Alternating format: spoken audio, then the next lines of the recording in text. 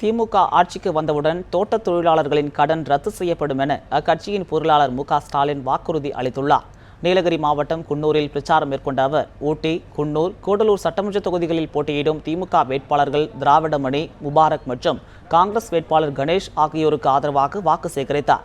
அப்போது தமிழகத்தில் பால் விலை, மின்கட்டண உயர்வு மற்றும் பேருந்து கட்டண உயர்வால் மக்கள் மிகுந்த சிரமத்திற்கு ஆளாகியுள்ளதாக தெரிவித்தார். திமுக ஆட்சிக்கு வந்தவுடன் வனவிலங்கு மனித மோதல்களை தடுக்க நடவடிக்கை எடுக்கப்படும் என்றும், வனவிலங்குகளை தாக்கி உயிரிழந்தோர் குடும்பத்திற்கு தற்போது வழங்கப்பட்டு வரும் 3 லட்சம் நிவாரண நிதி 6 லட்சமாக உயர்த்தி தரப்படும் என்றும் தெரிவித்தார். வனவிலங்குகள் நடமாட்டம் கண்டறியப்பட்டு அங்கு வசிக்கும் மக்களுக்கு சிறப்பு பாதுகாப்பு ஏற்பாடுகள் செய்யப்படும். வனவிலங்கு தாக்குவதால் உயிரிழப்பவர்களுக்கு இப்பொழுது இருக்கக்கூடிய 3 லட்சம் இழப்பீட்டு தொகை 6 லட்சம் ரூபாயாக உயர்த்தி தரப்படும்.